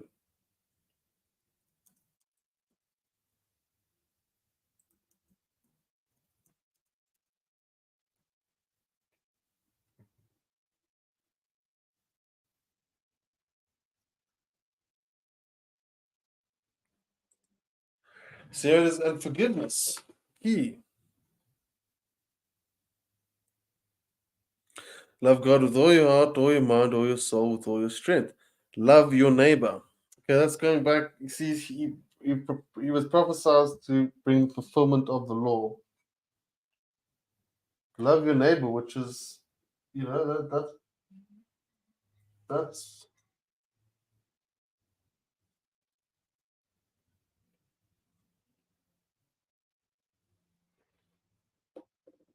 that's one of the 10 Commandments. Unbelievable law. Love your neighbor. Love your people. The parable of the Good Samaritan, of being of charity, of being helpful. I mean, this guy was on another level, dude. This guy's story is insane. Judging others. The teachings of Jesus showed us how to love your enemies, to lay up treasures in heaven. The parable of the rich fool. And there's obviously just so many. But this guy was on another level, He was on another level.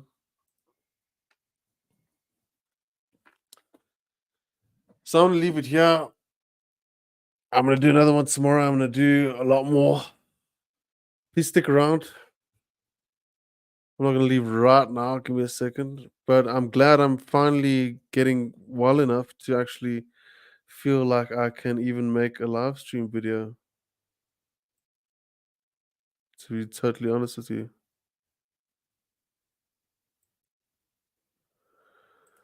Because it's been a really tough time for me, guys. And that's what I'm going to do. I'm just going to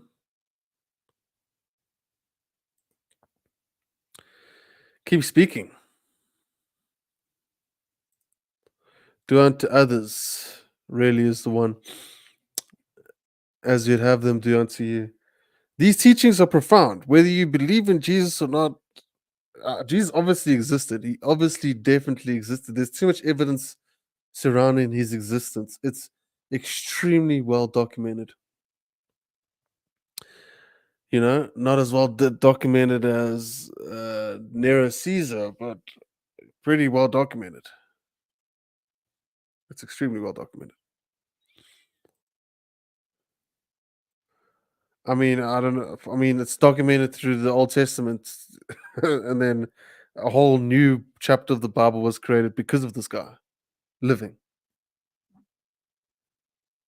Like, no one created Christianity besides the Roman Catholic Church, obviously 70 years or 500 years after Christ, because they took over it. It grew. I mean, it was even prophesied that God said that my words will cover the world like water. My mom asked me the one time, does that mean like the internet? Yeah, it does. And let's just see something over here.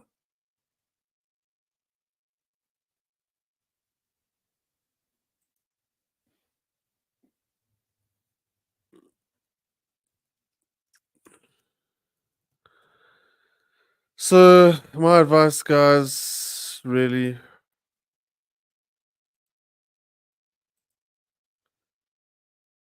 is that if you're feeling things are a bit tough,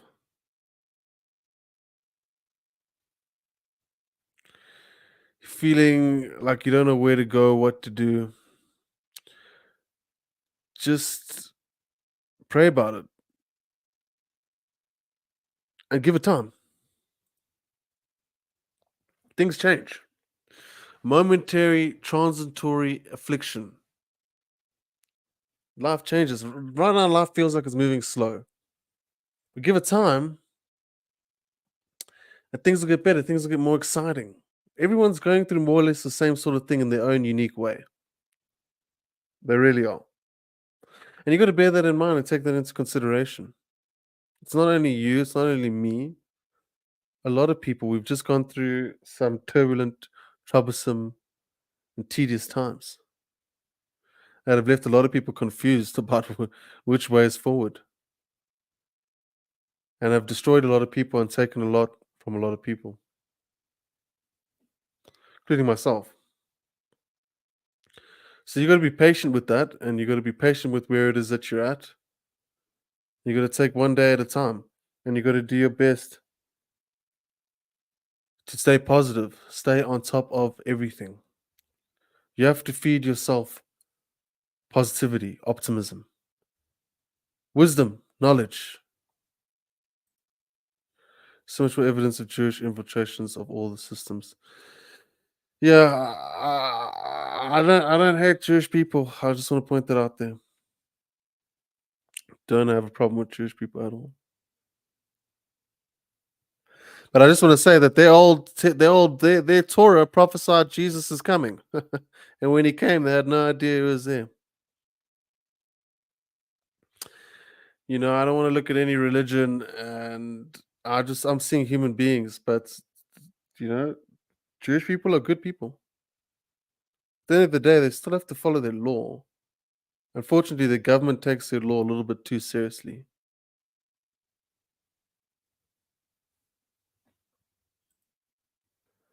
I always love and support you. Thank you so much, Robin Campbell. I really do appreciate that with all of my heart. You know what I'm thinking of doing? Creating a Facebook group at some point, maybe.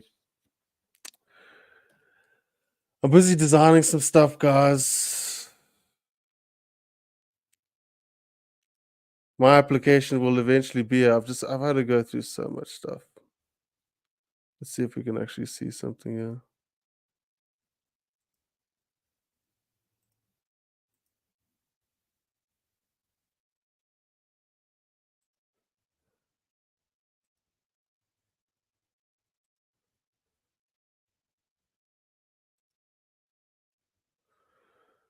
You know, things take time.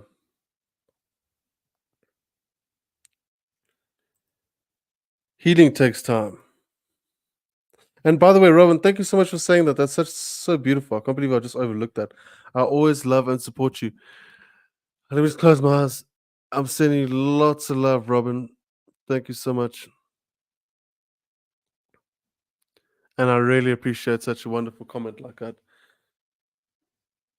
And that's love, man. We got to recognize the love that we have. And we got to harness and cultivate the love that we have. I'm so happy that I'm coming back.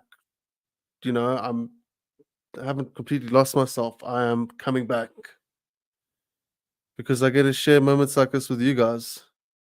You know, I feel kind of lonely going through what I've been going through, and I'm sure a lot of you all do too. But this was something awesome. It's been a really awesome experience, and I think that's what we got to be grateful for, the experiences we've been through. And as challenging and adventurous and scary and horrible and nasty as they may have been, that's part of our story, and we can't throw that away. And we have to come to terms with that part of our story and enjoy it as much as possible because it is an adventure at the end of the day. And an adventure wouldn't be complete without some twists and turns and some low points. So I'm glad I've got 6 viewers. Woohoo! That's great. That's the most amount of viewers I've had in ages. And you know what? I'm going to keep live streaming. I'm going to keep talking about these sort of things as best as I can. You can hear my voice is a bit slow. I've still been under quite a bit of recovery. But I'm here to stay. And I'm really happy for all of you guys being part of this journey. Can't wait till I have software here because it's just I wanted to consolidate all these people, man. Because the love is so important, you know. I don't know where Rob. I think Robin lives in Canada, but this love is coming from all over the world. My only problem with the world is I don't understand why. Guys, we're supposed to get rid of the borders. Humans are supposed to be traveling, partying, having fun, meeting new people. That's the human nature. That's what makes us happy. Being around people who have got amazing hearts of love and being able to love and receive love. That's what makes us happy. But the world isn't conducive towards that. The governmental bureaucratic systems are not actually taking into consideration what makes us happy. They don't give a shit. It's about money at the end of the day. But we need more than money. First of all, we need to feed people. But these things can be accomplished so easily. It's just all the greed and the bureaucracy in the way. People just don't do it. But I'm not going to be too pessimistic or too nihilistic. I think the best thing to do is to keep a positive attitude no matter what you go through. And remember, there is love out there. There's absolutely love out there, guys.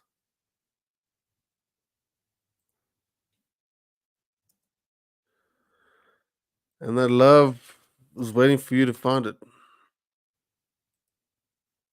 Consolidate it, put it together, make an effort of it.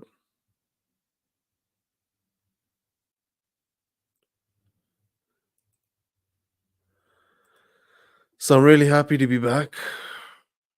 I'm glad you guys are taking some time to listen. If you have anything you'd like me to speak about, go ahead, just put it in the comment section.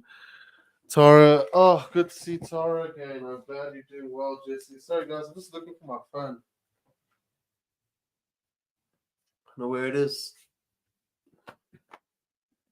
I love you guys. I just want to say that from the bottom of my heart. I love you guys. And I'm so grateful for all your love and support. And thank you so much, guys, for sticking with me this far on the journey. Honestly, you've made it this far through all my ups and downs, my highs and lows, your ups and downs, your highs and lows. And we're all here. To all you guys that are still here, I can't tell you how much I appreciate your support. I would be not doing this if I didn't have you guys here. I'm be very honest with you guys. I'll not be doing it. So I'm really happy that you guys are all here. You guys make me happy. Can you believe it? You make me happy. And I'm very grateful for each and every single one of you. And I love you from the bottom of my heart. And I'm so grateful for all of you. That's what I want to say. That's what I want to say. So, wow. Not a bad stream. Almost sitting at 2 hours. I'm just going to keep you. By the way, if you haven't done it already, please do me a favor, and you guys have probably already done this. Please share the video. I know it's not really that much of a compelling video to share, but if you can share it, I'd appreciate it. I'm trying to grow my subscriber base. If I can get to 1,000 subscribers, I will be pretty happy. Pretty happy.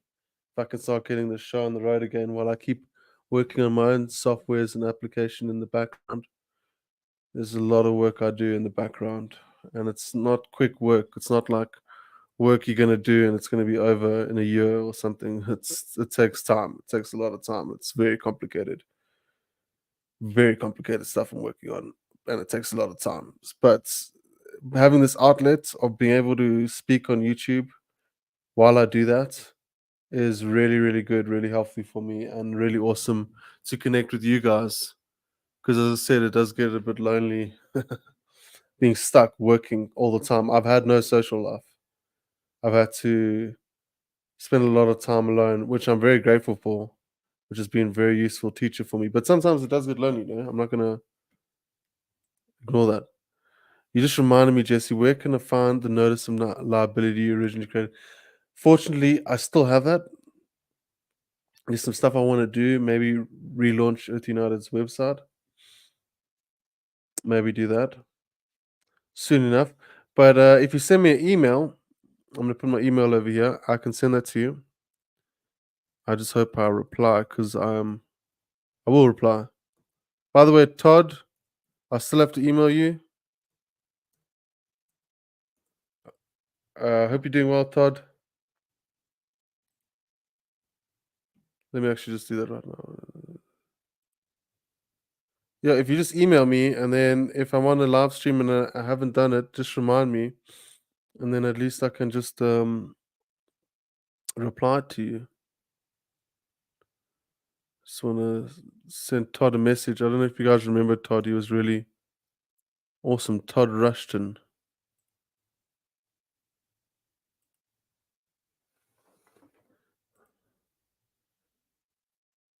Hey, buddy. How's it going? Sorry for taking so long to get back to you. Just recently saw your comment. Well, this is my podcast. I don't think it's too bad.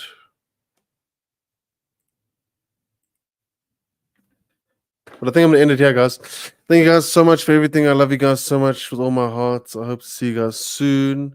I'm gonna put the notification bell on, by the way, on my YouTube channel.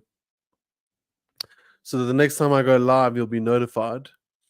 If you go to my YouTube channel and you click that little bell icon and click all notifications, then you'll be reminded each and every single time. If you haven't done it already, please head on over to Patreon. Please subscribe.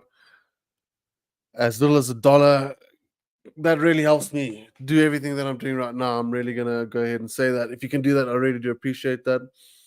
And this is the end of this talk right now. There's so much more I want to get into, but you know what? I'm going to be live streaming again tomorrow, and probably live streaming like every single day is what I'm going to be doing. So yeah, love you guys lots. Keep well, and see you soon. Oh, by the way, take that email down. Okay, great. Thank you. Bye bye.